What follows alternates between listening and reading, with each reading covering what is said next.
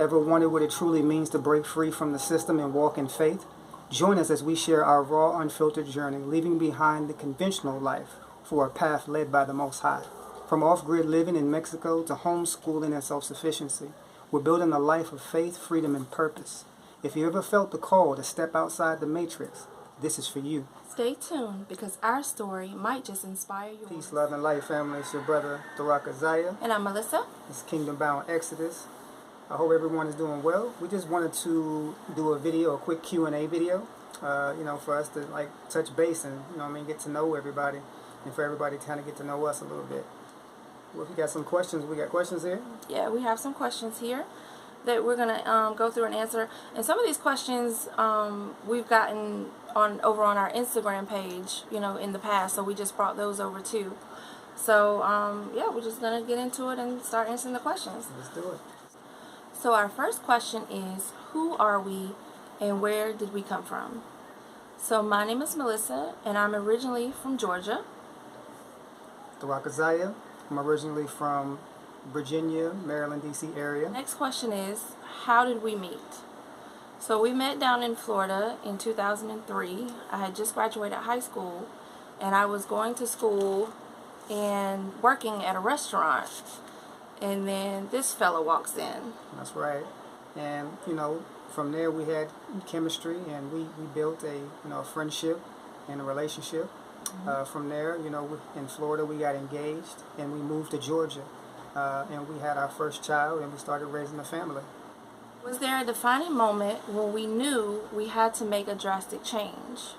Yeah, a drastic change was, as we raised our family, we were seeing that, the things that we had started to discover was the history portion of our lives as so-called, black people, and finding out, that a lot of our history has been omitted, and redacted, right, and whitewashed. I think that was really kind of blew my mind, because I'm born and raised in the system, and from what I understood they gave us in school, that was what it was. And when I found out it was different, and in the books and information that I was reading, it just really, turned my whole mindset around. And I wanted to explore more about our history and understanding our true culture that was given to us by God. And I think that was a defining moment once I found those things out, because it played into, how we raise our children, how we worship God, and how we perceive God in itself, Mm-hmm.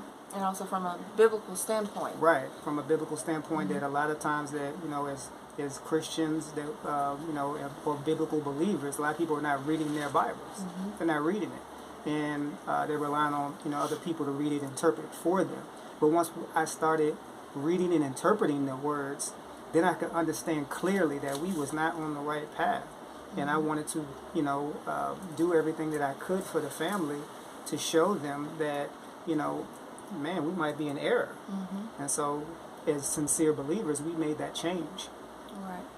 And this was about 10 years into our marriage? Right. This is 10 years in already. Mm-hmm. When I found this information out, and, just really started to do, a due diligence study on our history, mm-hmm. our background, and just looking at our history as so-called black people and how we are at this point. There's really no unity amongst us, and we have money, but we're mentally not together. And I wanted to know why was that. And so in my research, it let me know that, wow, it gave me all the answers. Mm-hmm. And I felt like for our next generation, we're going to try to make this different. Right. So at that moment, we started making some drastic changes within our family. So our next question is, how do we tell our family and friends about certain decisions that we were making in our life? So yeah, basically we after finding out all this stuff, and he was going down the rabbit hole, basically is what he was doing. We started making different decisions and changing some things in our household at the time. And some of the first things I remember us changing was our diet. Right.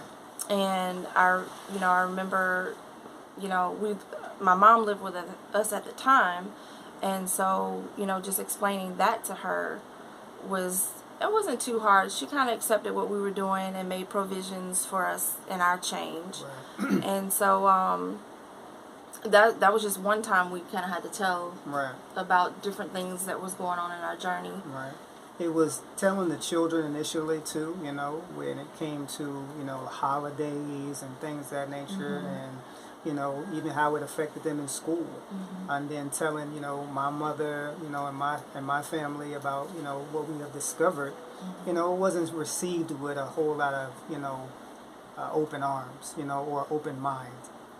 It was, you know, interesting for them, but nonetheless, you know, it wasn't something they were looking to, you know, get involved with or try to take on that journey as well, or even start to do any research. And so we realized quickly early on that, you know, we wouldn't have too much support. Right. This was going to be, you know, just our journey virtually. Like, we didn't get backlash, but we didn't get support either. Right. It was just kind of like, basically, I guess y'all gonna do what y'all gonna do. And that's it. And which we were okay with that, because we had always been kind of a lone marriage. Right, like, it was just us. Right. And we didn't have a lot of outside influence. We didn't allow a lot of outside influence into our marriage. Right. So we really were okay. We just wanted to let them know where we stood in case things came up about, you know, any of our personal preferences, about, you know, especially like, you know, the children just being with my mom, or just, you know, the holiday situation, just letting people know where we stand. Right. But we weren't really worried about what their opinions were and things of that nature. Yeah, most of it was the fact is that the Most High tells us to, you know, wake up our brother and our sister, to be able to give them, you know, testimony of the truth. And so that's pretty much what we had to do. You know, it wasn't necessarily looking for them necessarily to join, even though it would have been nice to, of course. But we knew that this was going to be something different, and a lot of people are resistant to change. So we, like you said, we quickly realized that this is going to be just about me and you and our family. So, and whoever comes along the way, we meet along the way. That's the Most High sending. You know what I mean? Next question: what were our biggest fears when starting this journey, and how did we overcome them? It was a lot of uncertainty was one of the bigger fears, right? It's just the going into the unknown, right? The unknown is, you know, can be very scary. Right. But we grew up from generation of doing this same thing and same cycle. So we were both the cycle breakers in our families. Right, the generational curse breakers. Right. And then more importantly too is that, you know, once we started seeing how entrenched the governmental system was in the lies, we started really kind of saying, oh, you know, there's no real point necessarily to continue on in a way that's going to force us to repeat the same things. You know, how we worked and how we lived. We knew that we wanted to live off. We need to live off the land. We know we needed to, you know, get in an environment that was more conducive for us to grow this new culture that we have, you know, taken on. Right. So basically, the fears was just the unknown and no example. Right. To lead us, and we were just doing this on our own. Yeah, just the Holy Spirit was leading us. That's it. It's the Holy Spirit. And then, so I would say, what are some of the fears starting the journey when we left in 2017? You know, like I said, the unknown of, you know, are things going to work out? Yeah. You know, how are we going to fare out here, you know, without doing the conventional thing that we've always done, which is homeschool. Work, school, you know what I mean, and repeating that, you know, it's like we stepped outside of the everyday life, and now we're looking from the outside in, and that perspective really was, man, it was amazing, really, to see that where everybody's lining up in traffic, and we're literally in our RV or we're camping, and we're seeing, you know, the life from the outside in. That everybody's on this hamster wheel, right? So the fear is the uncertainty, and for me it was the instability, because of how we were raised on a system. Right. So now we don't have that system anymore. Right. So it was that blanket of security. Yeah. And so it was instability for me. Right. Yeah. So having to depend on the Most High, that was, you know, that was a transition. You know, a lot of times even in religion, you know, we don't really depend on the Most High. We depend on work, job, routines of the system that really comfort us. So this was really allowing us to really kind of show and prove, put our faith where our mouth is. Yeah. Right. So how has God shown up in unexpected ways during this journey? Wow, it's been many situations. It's been a lot. It's been many situations. Yeah. You want to tell them something that you remember? I would have to say, you know, just being out on the road and things that we've dealt with, and just people that we've met along the way that have embraced us. For example, we were in Sacramento and our RV broke down, and we had just to make a long story short, we had a guy. He got out from behind us. He saw us. It's dark. It's pouring rain. It's a thunderstorm. The guy got out. He put on his little vest. He had his little flashlight, and he came and directed the traffic around us. We called the tow company, and the tow company took us over into the parking lot. And this guy, you know, he offered his help. Right. And he said, I can come back in the morning and help you guys out if you need help. And so he did. He came back the next morning.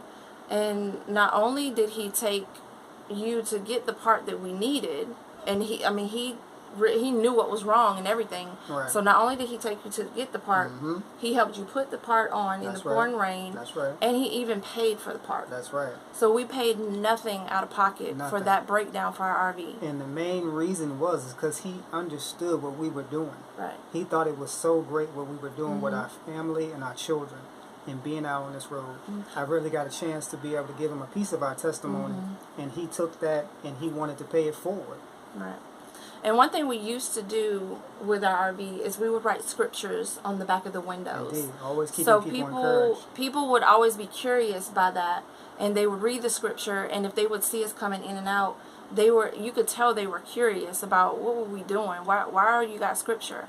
Right. And so I think we drew a lot of attention from people with that. Yeah. So that was one of the unexpected for me. But we've had many more. We've had people just, it was almost like they felt our spirit and our energy, and they would just come up and talk to us. Right. And ask us, you know, our story. And we would tell them our story, and they would invite us back to their homes. And one lady in California, we stayed outside of her home for like a week, and I just cooked for her family. So I would say unexpected things out here that the Most High did was just bringing people to us that could help us, and in return we gave them the gospel. Right. And that was a blessing right there. It's been many things, you know. Many. You know, many. It's been so many. You know, we had a a brother who reached out to us online, and he flew all the way from Virginia all the way to California where we were at, and met us, and gave us a huge donation. He came out because he wanted you to baptize him. Right. He came out because he was looking to be able to enter into the ministry. He felt like, what we were doing was genuine. And like I said, he came and he blessed us. He gave us a huge donation, and basically really kind of kept us encouraged to continue on our journey. These moments have kept us encouraged, because they were things that was like complete miracles to some degree. And there were certain times where the uncertainty of, did we make a good decision of coming out here? And those little moments, those little moments just stamped our faith for us. Right, they reaffirmed things, and kind of reassured us, that we're on the right path. I remember another situation where I think we had pulled into some type of like RV park, or just going into like some type of park, and it was an Arab man who was in the area, and he was looking at the RV and thought it was real nice and cool, and asked us what we were doing, and I told him a bit about myself and our testimony, and even a little bit about our history in the Bible. And after I finished talking to him about the Bible, about true history, this man literally shook my hand, and as he shook my hand, he kissed my hand. That was, to me, an amazing situation. I was like, whoa. You know what I mean? I mean, it's the end of the day, like, he felt, like, compelled to really be in a sincere place of faith, like, recognizing that. And, that was without any type of really, I didn't have to fluff up anything. I just gave him the truth of what we believe and what we understand. And literally, like I said, he shook my hand, and he took my hand. He just kissed the back of it and said, "Oh, you know, thank you." That was an amazing moment. It was. And you were standing right there. I was right there. Yeah. So, what are some of the biggest lessons we've learned about trusting the Most High? Man, it's been some big lessons. That number one, that everything's in His time. That's more. That's a big one, timing. Because right. we've had some close calls with timing of certain things. Right. And He zooms in. Right. In the nick of time. In the nick of time. Right. It may not be on your time, but it's going to be on time. That's one of the many cliche sayings in the church, but it's real. It really is. At the end of the day, there's been many situations that we've had to learn that way. That this is, like I said, this is also what helps us reaffirm that we're on the right path. That the Father keeps blessing us when we need and the things that we need. Remember, we're here living minimally, and we're doing that on purpose. But at the same time, for the things that we need, He's always provided, so that we're not long suffering or suffering in a way that's, going without, but just enough for us to be able to, understand that let's stay within living and within your means and providing what you need. And when those times come, He always shows up. He always shows up. You know what I mean? Yeah. So timing. Yeah. Timing was a big one. It was definitely. Okay. Oh. How do we balance faith, family, and daily responsibilities? Gotcha. Well, I think what's centered around that is prayer. We do pray at least twice a day as a family. And we've been doing that for over 10 years now. Yeah, over 10 years as a family. We do that every single day. Every day. Without fail. Morning and at night. Right, without fail. And that's one thing. And, I think, and then of course we have class every Sabbath day, you know what I mean? And we also, twice a week. Right. Well, we also incorporated an extra day, so we do, 2 days of, scriptural or informational learning. And then of course you have the homeschool portion as well. So, between us actually having a routine of practicality of exercising our faith, kind of brings us into a place where, we start embodying the changes that are needed, right? To be able to cultivate the spirit or bring in these virtues that we are needing to grow as individuals and as a family. Yeah. So I think a big portion of balance is routine. Right, repetition is what changes the human condition. So if we set a repetitional, just way of doing things, always incorporating the faith in that, and of course, most importantly, is the walk of life that we're in. The walk we're in always reinforces our faith to remind us of what we are doing. What's the purpose of why we're not in the same system any longer? So this is why we left the system, to make sure that we continue to grow spiritually and not become stagnant like religion has made us, unfortunately. So you really have to know and understand your why. That's right. Why are you doing this? Right. What's your purpose? Exactly. What is your why? Why are you doing this? Yeah. Are we just spinning our wheels on routine, or are we actually adapting, towards new changes, based on truth, right? Right. So the next one, why did we decide to homeschool? Yeah. Okay. So for me, I had been watching a few families from a while, even before we started our journey, and they were homeschooling. So it kind of perked something in me of homeschooling and just the curiosity, but I never really thought about doing it because, of course, you worked full time, right?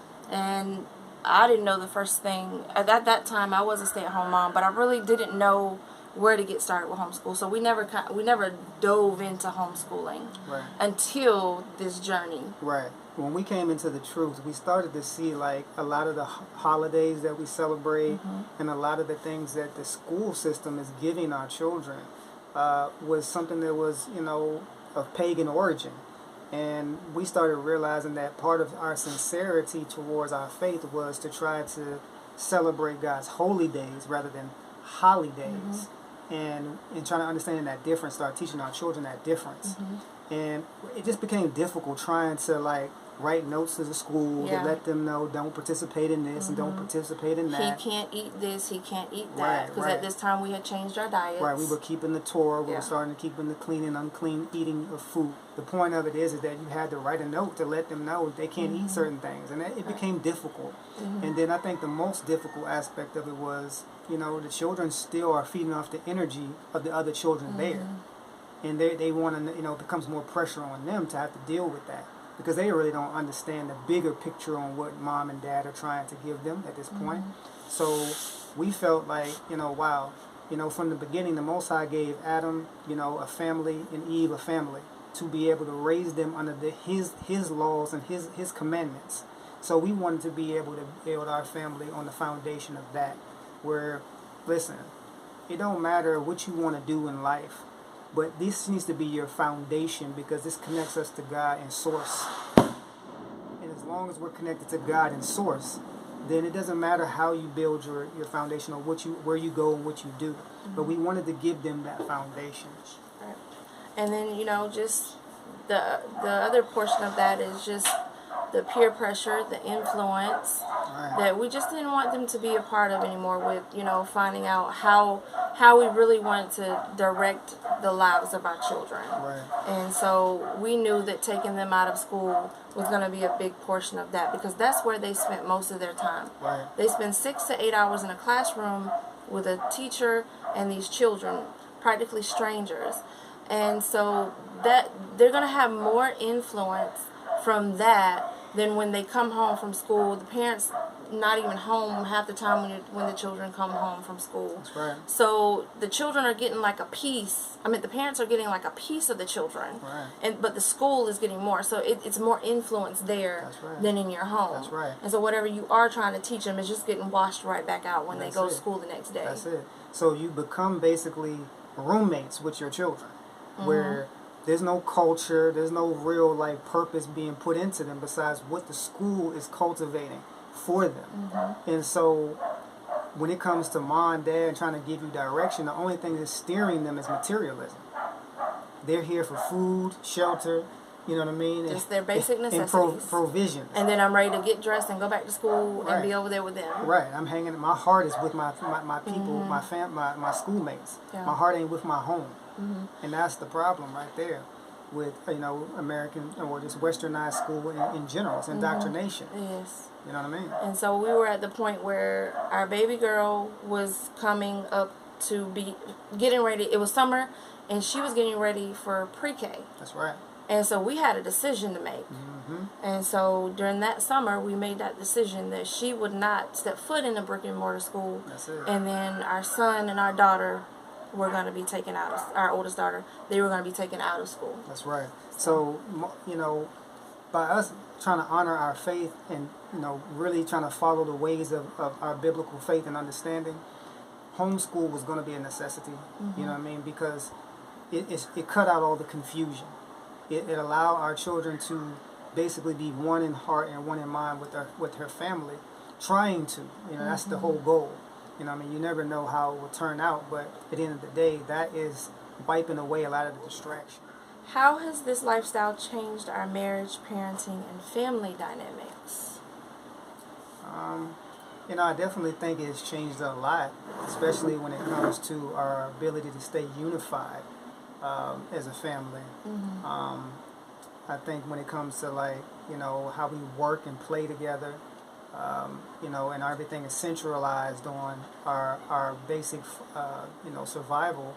When it comes to chores, when it comes to work, still raising the children to be more hands-on, physical, but yet still very, studious and curious, and still remain a humble student of life in nature at the same time, adventurous, without fear.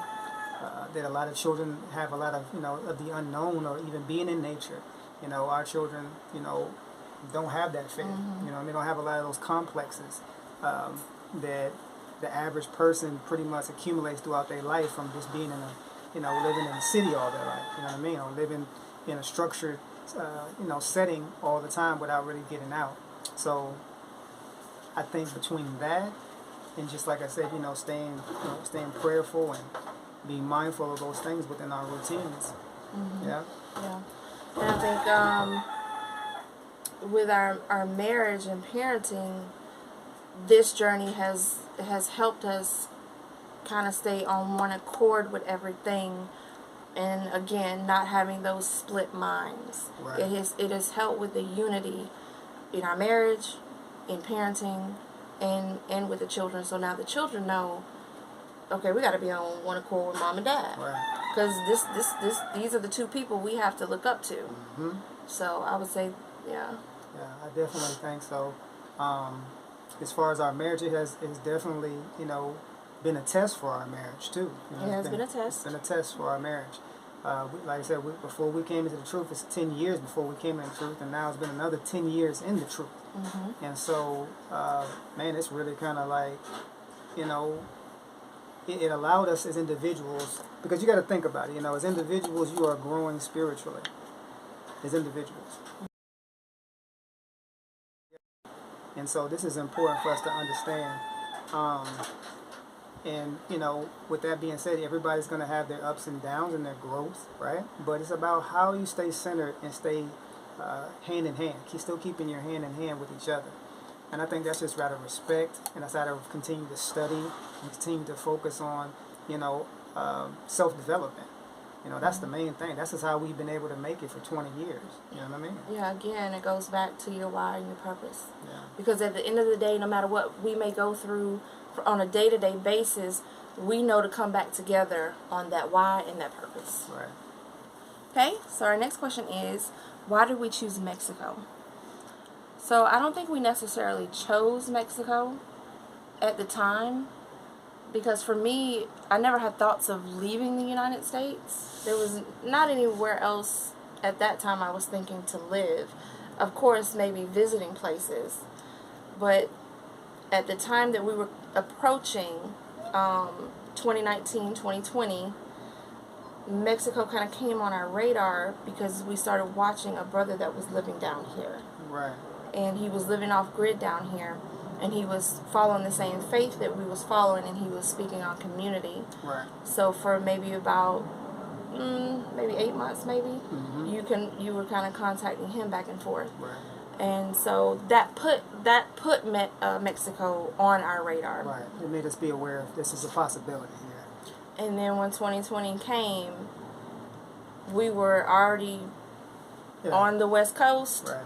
Mexico was right there, right. And it was just a quick exodus for me. We seen how the lockdowns were going, and we seen that we already knew these things were getting ready to happen. From a governmental global system aspect, that this type of pandemic was getting ready to unfold. So when it actually happened, it's like the red flag just completely went up and said, let's just do it, because we know the restrictions that they're going to have in America is going to be crazy. You know what I mean? And I knew Mexico was a very big country. It's very rural. Unlike, in the United States, there is rural places, but there's so many different cities and so many different, hubs, city hubs and towns that, become locked down with, a police state. And in Mexico, it's not necessarily like there's a lot of thousands and thousands of acres of just rural land. So if anything, we was going to be able to still be in our RV, still live off grid, and still, homeschool our children in somewhat peace. Now, we didn't know how the environment was going to be, but we took another leap of faith. Right. So can you imagine, looking back, how we were living in our RV and traveling day to day, but then how the lockdowns were. Right. That would have been very difficult for our lifestyle. Right. It felt like another, more control coming over us, based off what, and a lot of people were in fear because of the propaganda that was being pushed throughout the media and things of that nature. When, it was the first time that they locked down beaches. You couldn't even go on the beach. That was the first time in human history that, they had been, the beaches had been cut off. Nature being cut off virtually. They're saying, something's going to get you out there in the water. Right. And so we seen this was like super red flags to us. So, you know, when we did come into Mexico, we didn't experience nearly as much as what we were hearing that was coming from back home with all the lockdowns. We still felt a sense of freedom. There was like a few things here and there, going to the grocery store, having to wear your mask. And that was only when we got to major cities in Mexico. Yeah, if we came through a major city. But when we got down to where we are now, it was like we entered a whole new world. So we started seeing that cities mainly were the ones who were buying into this a lot more. A lot of the other people, you know, they're like, man, listen, you know, we deal with, they're more in tune with nature, where, you know, there's nothing that I need to take artificially from man that Mother Nature has not created to be able to, you know, assure that my vitamin C levels stay up, my vitamin D levels stay up, you know, and plenty of exercise, water, and things of that nature. So this is what a lot of these people practice, and they weren't like it, you know, the States, this kind of, you know, being very scary, and you know what I mean, for. And another thing I noticed is right before we were leaving, we were down in Tucson, and I went into the Walmart, and this is how not how disconnected we were, but we weren't really into the news and the propaganda, so we kind of didn't know a lot that was going on the mainstream news. So I went into the Walmart, and I was going to get toilet paper, and I had no clue why there was no toilet paper. I didn't know. And so this is when we found out about COVID. Because we were in our own world, living off grid, and living in our RV, and we didn't watch mainstream media. We watched our truth news online. And don't get me wrong, we tapped into the mainstream just enough, but yeah, we didn't know how fast it had spread. Yes, how fast it happened. And so I couldn't even get toilet paper. So I think that was a thing for us. That was a major red flag for us when we were in Tucson. And then that's when we was like, we gotta go get these passports. We gotta go. Yeah. Because it was getting crazy. I was in that line trying to get the toilet paper, and people were snatching the toilet paper, and then that's not my spirit. I'm not finna fight nobody over no toilet paper. So I came back, and I was telling you about the toilet paper situation, and like from those few situations, I think that's when we started tuning in a little more, like what is really going on? Because we've been hearing about this virus, but we didn't know how fast it happened and how crazy things were getting. And then I think even like a couple of days later, after we said, okay, we're going to go to Mexico, then they said they were going to shut down the Mexican-U.S. border. And then we definitely was like, nah, we getting out of here. They were going to try to lock you in. They were going to try. Yeah, and so that's another thing that was like, no, we're just going to have to take this leap of faith. What has been the hardest adjustment since moving here? The language. Learning the new language. You know what language. I mean? We from city, you know what I mean? I'm a city man. From the South. And learning a new language was difficult. And it still is at this point, because we're not as social as we would like to be here because of our way of living. You know, we don't eat the same as everybody else, and we don't believe the same. And we don't party. We don't go to the festivities, even though they can be family festivities. It's mainly because the things that they're going to serve at the festivities, we don't want to be rude and refuse, because the thing about Mexicans, they take pride in their food, and they will get very offended if you refuse food. They can get offended. And we've had those issues. And so, you know, I mean, don't get me wrong, there's been times where we have no choice but to let people know where we stand. You know what I mean? Stand firm on that, but at the same time, you know, we kind of duck and dodge all that unnecessariness and just kind of stay to ourselves for the most part.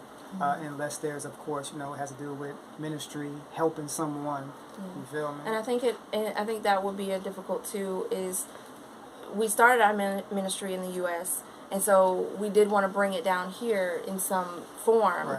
But the language has been a big issue of if he wants to go out and preach the gospel like he used to do in the States, it makes it way harder. It's been a restriction on that portion. But, you know, all praise to the Most High, I've still been able to do my ministry online. So, you know, you've met people on the street, that some locals here that speak a little bit of English. Enough to be able to engage. You've still been able to minister to those people. I have a WhatsApp service that, you know, I provide, you know, weekly scriptures and things of that nature. So I'm still been able to do, you know, some of the work I like to do. And of course, between, you know, writing books and, you know, just kind of notating our journey, that's it's still being able to do the footwork that needs to be done. Right. You know what I mean? And there's been a lot of people I've been able to still talk to who do speak English and be able to, just give a word or just, live by an example, of course, towards. And so the language has been, I think one of the bigger ones. Big ones. Yeah. And I would say one of the other ones would have been the heat when we first got here. Oh, yeah. And mosquitoes. Yeah. The heat and the mosquitoes. Yeah. And the tarantulas. Ah. And the ants.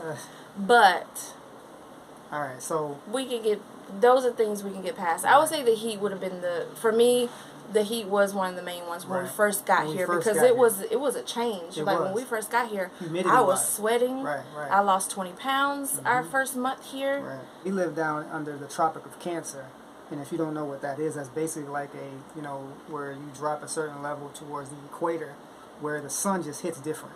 Where all year round it's like, anywhere between 85 and 90 degrees all year round.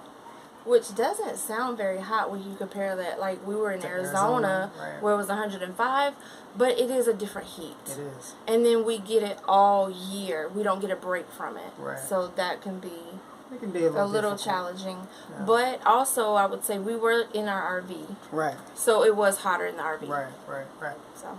And so, but what's good about it is when winter comes around, this, up north, everybody's talking about how they're freezing. We still just steady coasting. And I don't do well in the cold. So yeah. And you just be more comfortable at the end of the day, because you got to find clothes to bundle up in and all of that. And, we have one season wardrobe. Right. That has been great because we don't have to buy several seasons of clothes, boots, and all that unnecessary stuff. Right. So I was like, and if we get too hot, we can always go to the water. That's it. We're right on the ocean, beach, so we could just go to the beach if we get too hot. Indeed. So the main one was the language. We do still teach children Spanish. We're still learning Spanish ourselves. You feel me? But doing it from a standpoint is just taking us a little longer than some people might, who are single and living a life where they're engaging socially all the time. For us, we have to actually be very intentional about what we learn and kind of do that through the repetition of our day-to-day tasks, like going to the grocery stores, the markets, basic communication. We work on those things, of course. Right. You know what I mean? And I think we understand more than we can speak. Right. So it gets us through. But like I said, we're always learning every day. So at the end of the day, it's only getting better as we go. Okay, so our next question is, how do we support ourselves financially while living this lifestyle? So this is a question that we've gotten a lot throughout the years since we've been on this journey for the past 7.5 years, almost 8 years.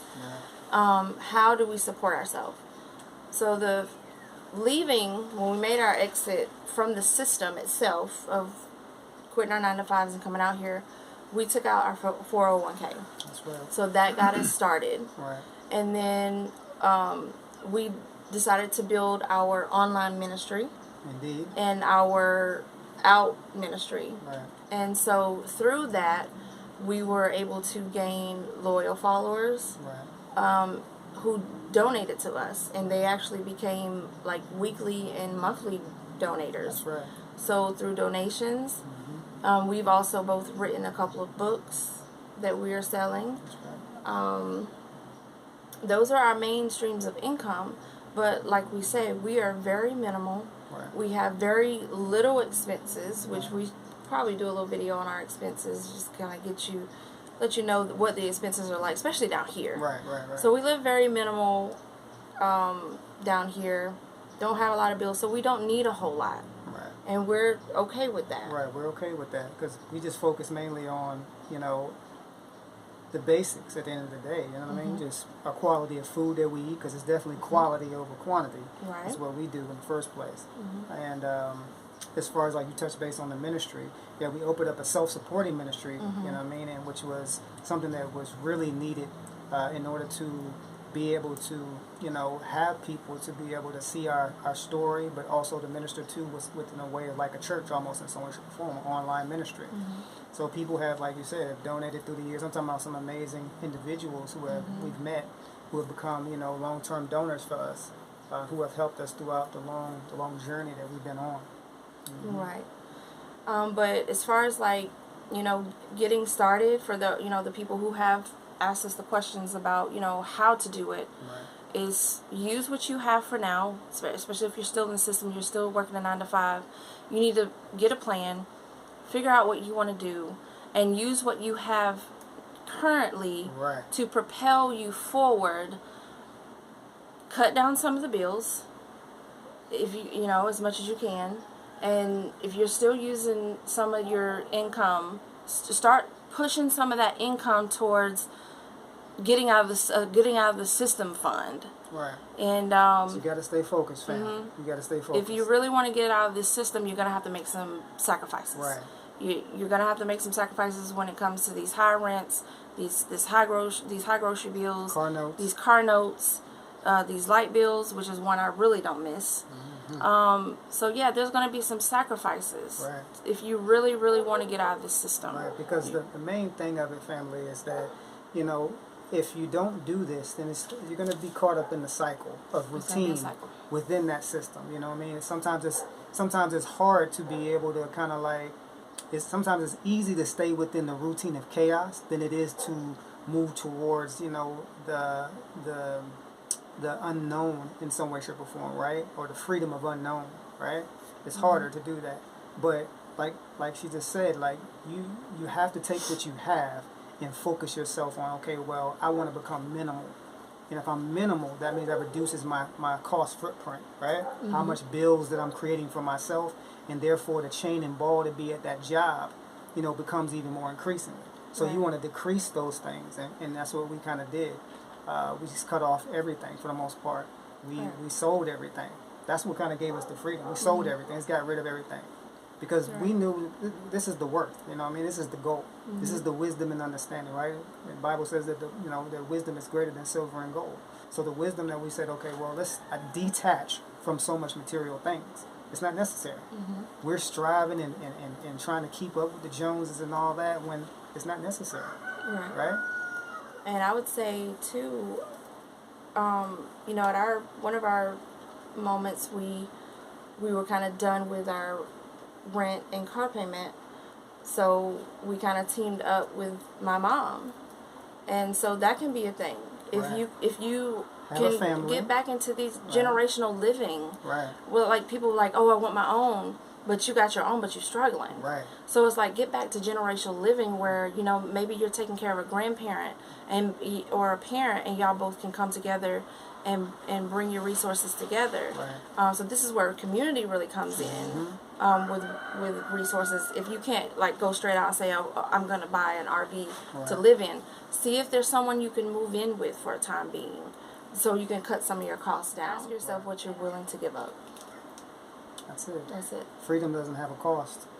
It does have a cost. Well, it does have a financial cost, but as far as your mind and your soul and your peace of mind, that's priceless. That's priceless. Yeah. What does leaving the matrix mean to us, and why do we talk about it like we do?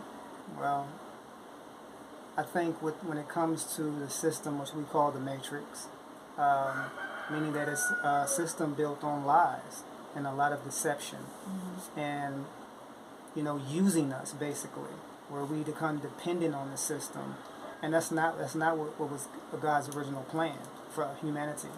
And this is what a lot of people don't even see about Jesus Christ, or the one they call Jesus Christ.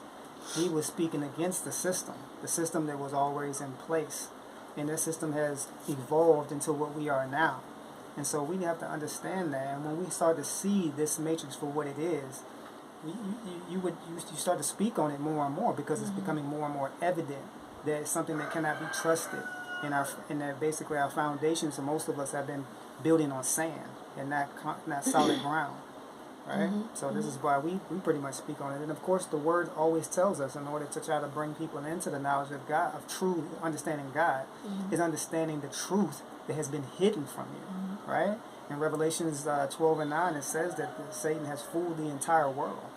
And so that's a big blow to most people who are Christians, but yet, can't see the light of leaving the system or converting to a more natural system, right? Or living off grid in some way, shape, or form, right?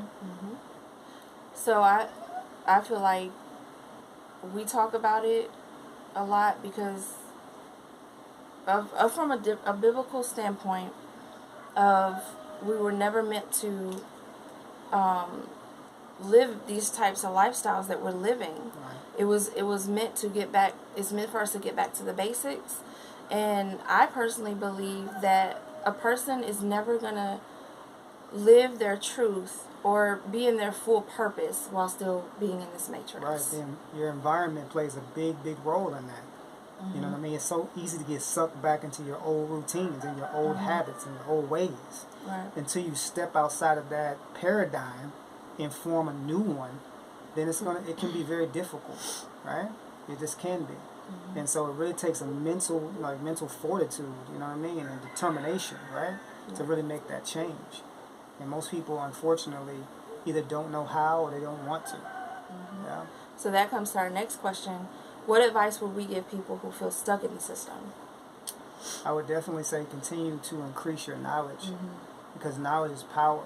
Once you understand that, you know, this box that you feel like you're in is invisible, that you can walk out of it if you want to. It's invisible, but sometimes it feels like it's real because we've put all our faith in, you know, paying bills and being a good, you know, civil servant in some way, shape, or form, or, you know, good citizen. And don't get me wrong, it's nothing about not being good citizens, but it's citizens to what kingdom are you serving? That's the question. You know what I mean? And when you understand that God's system is completely different from the world system, right? And once you make that separation mentally, man, it kind of puts you in a place where you can see past the shackles. You can see the shackles. And you're never going to see things the same. So it's going to be hard to stay in the system after you get the knowledge. It's going to be hard to stay in the system because when we were getting the knowledge, when you were bringing things to us, it was hard to fall back asleep. Right.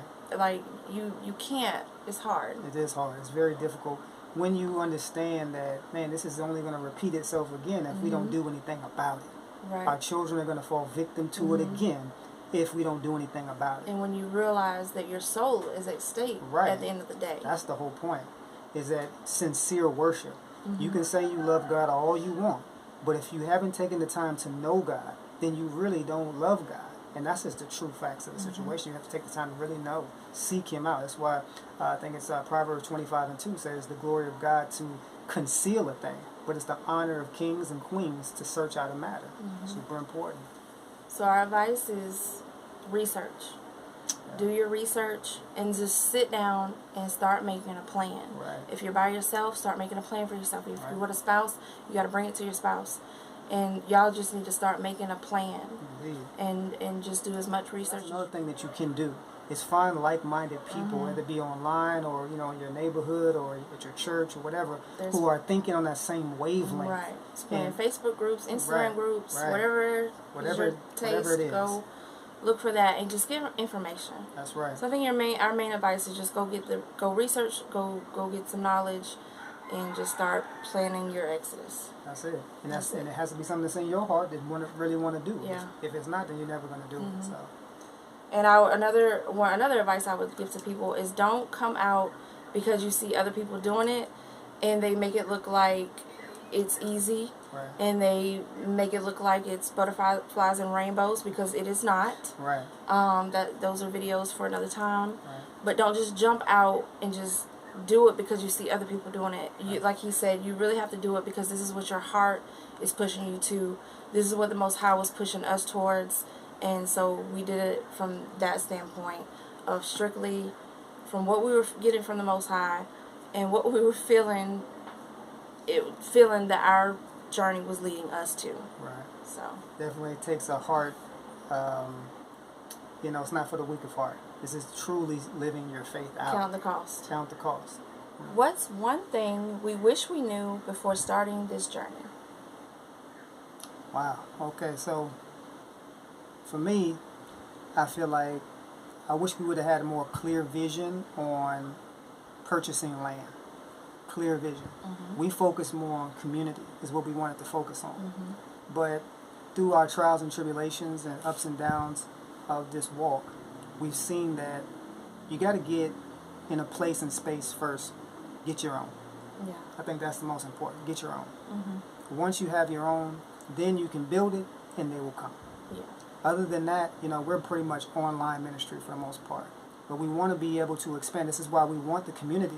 This is why we want to build our teeny home. This is why we want to start a foundation in the community, that we can bring people in, that we can have a place for them to come. We can have an exit plan for them, and those who are a like mind and like spirit can join us.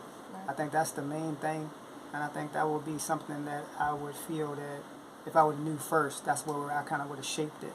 But it is what it is. I feel like, I think it's given us a lot of experience, though. And I think, experience can't be, you know what I mean? You can't really put a price on experience, right? It's very valuable, the things we've been through and the things we've learned. So, but that's what I think for me. What about you? I think definitely.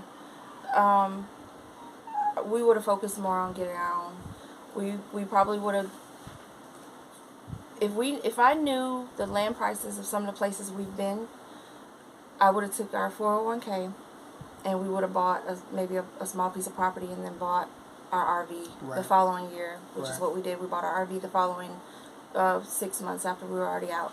So yeah, I would have used our 401k, bought our little land. It didn't have to be nothing big. And then we would have bought our RV to live on. That way we could have established our own.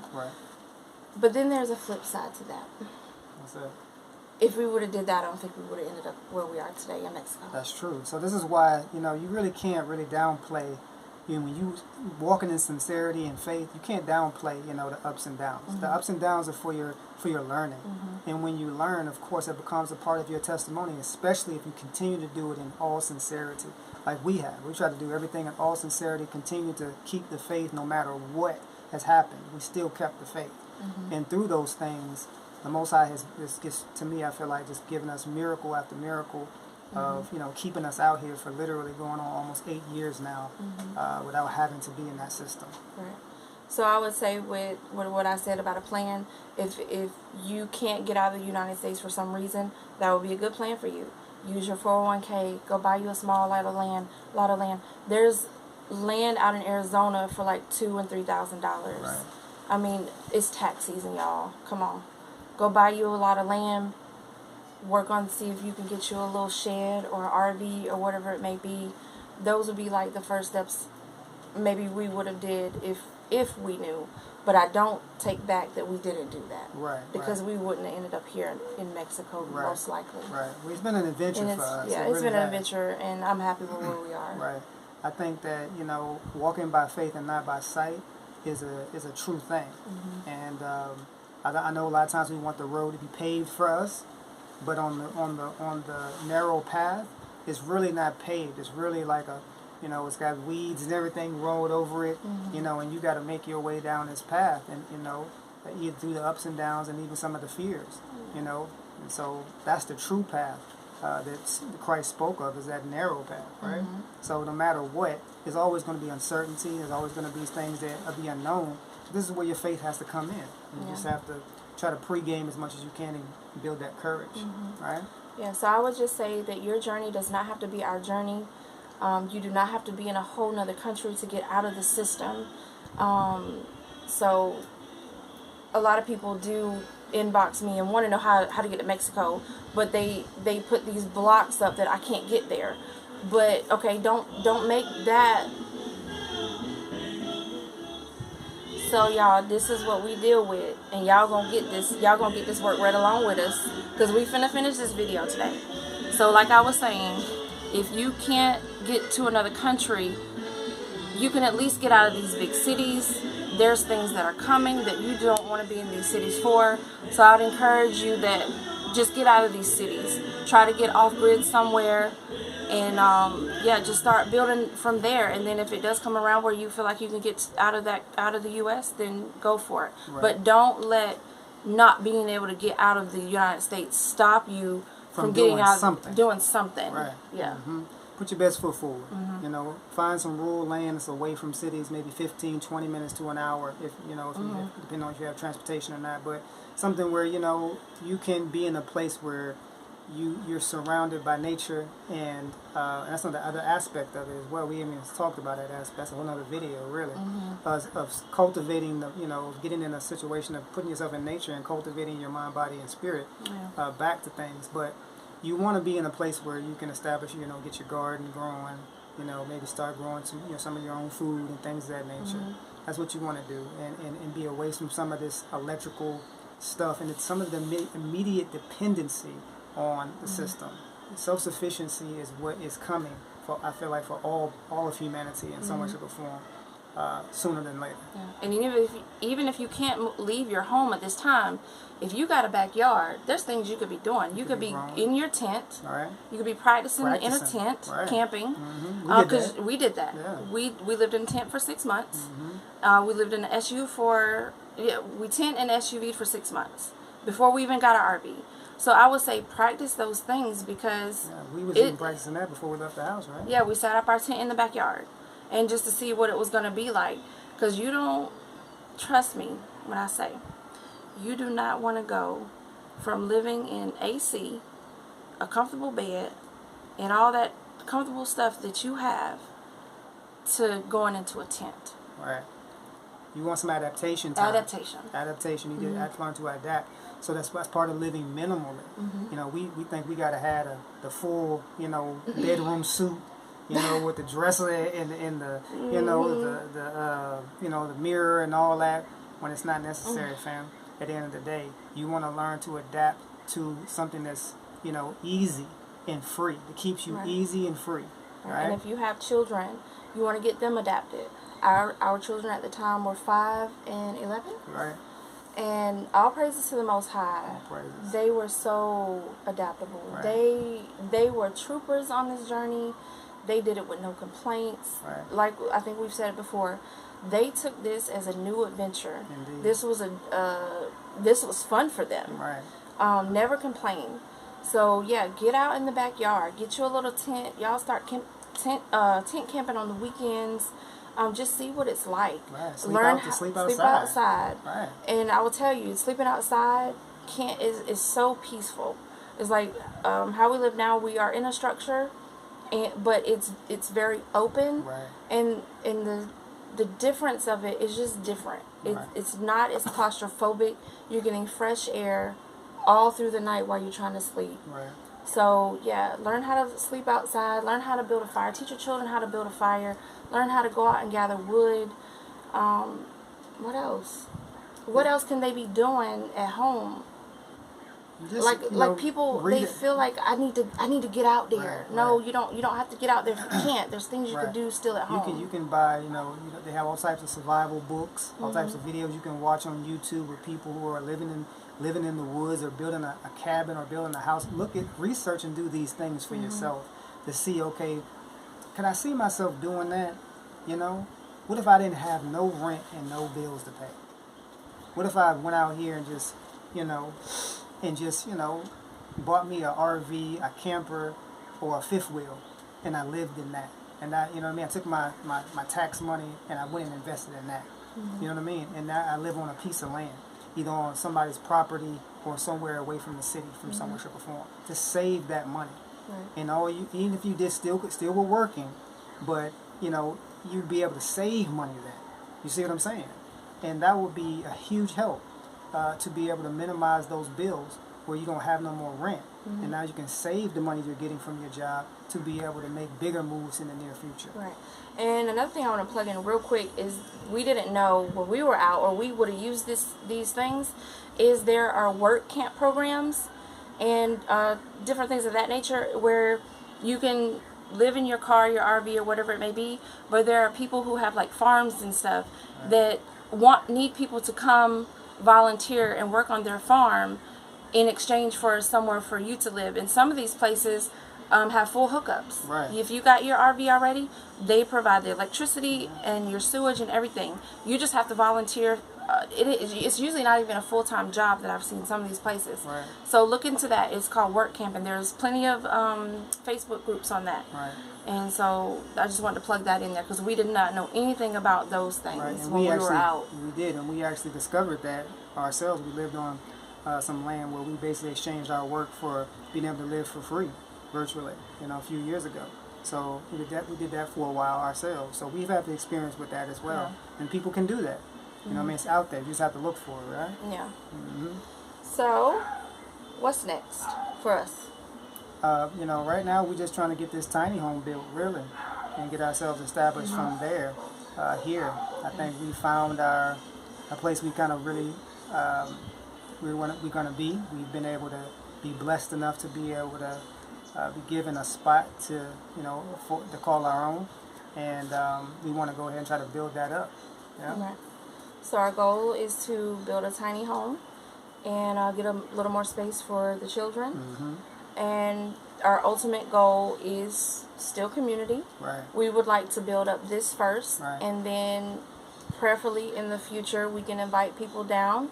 So, because I think sometimes that's a lot of people's hesitations too, is they don't know where they want to stay. Right. And so we can have that already established for them, and it's like one less thing someone has to worry about. Right. Just book your ticket, make sure you have passport, book your ticket. We'll provide the space for you to come check it out down in Mexico, see if this is somewhere you want to be. Right. You may not even want to stay. You know, you just want to stay a week or so, or a few days or whatever. But you have a somewhere place to come. do so. And then, of course, you know, something permanent for those who are truly about the faith and truly about, you know, coming to this higher knowledge to be able to be with like-minded individuals. So continue to follow us.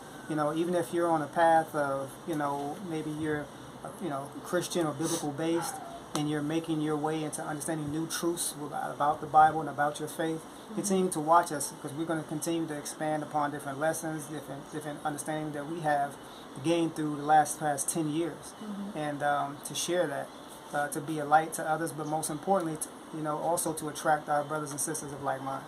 Right? That's ultimate, so that we'll have some place to gather in these end times. Right? So I would say, you know, with 20 years of marriage, raising 3 children, the journey we've been on for the past almost 8 years, we have the experience. I'm not going to say we know everything, but we have the experience. Yeah, and the experience is almost priceless. So we're out here, and we invite people with open arms. You know, if we can get this thing going, get this tiny home built, and then eventually spread out to the community, we invite people with open arms. We do have one disclaimer. Whatever community we do have will be a plant-based community. If it's long term, a person that wants to come long term, it will be a plant-based community. If you're coming for maybe a week or so, we're okay with it, but you will not be allowed to have meat on the property. Right, and you'll definitely be influenced for us to be to convert to a plant-based lifestyle. That's part of the spirituality. Well, a lot of people don't really understand that. They just think it's something that's a choice, or we just do them because it's just to do. But it's actually part of our spirituality, and we can go into that information, and we will. We have books and things of that nature and information out there to be able to kind of teach people these things too. But like you said, it's going to be for those who want to stay long term. You know, it'll be a plant-based community. For those who are short term, we'll give you, you know, obviously some grace there, but you still gonna get some of this work when you come here about that plant-based diet. And listen, when you try some of our meals, you're not gonna miss nothing. Trust me on that. And with that being said, we're going to go fry some fried cauliflower, and we're gonna have some Asian-inspired rice. And so that's going to be our Chinese dish for tonight. Indeed. So, with that being said... So, family, keep in mind, you know, if you want to support us, whether it be through your prayers, whether it be sharing this video, or it be through the GoFundMe, check the link down below. Subscribe to the channel. Subscribe to the channel. Show your love. You know, if God puts it in your heart, make that donation. At the end of the day, you know, this is, like I said, this is about us being able to provide insight, value to you. If you found value in anything that we are saying or what we're trying to do, you know, please, in some way, shape, or form, whether it be through prayer, whether it be through sharing this video, whether it be through our GoFundMe or any type of donation, if you want to reach out just to conversate or talk, please do so. Yep, our email's in the bottom as well, and we'll continue to reiterate. This is not just for us. This is just a foundation to build a community. Right. So help support, show your love. With that being said, this is Kingdom Bound Exodus. We out.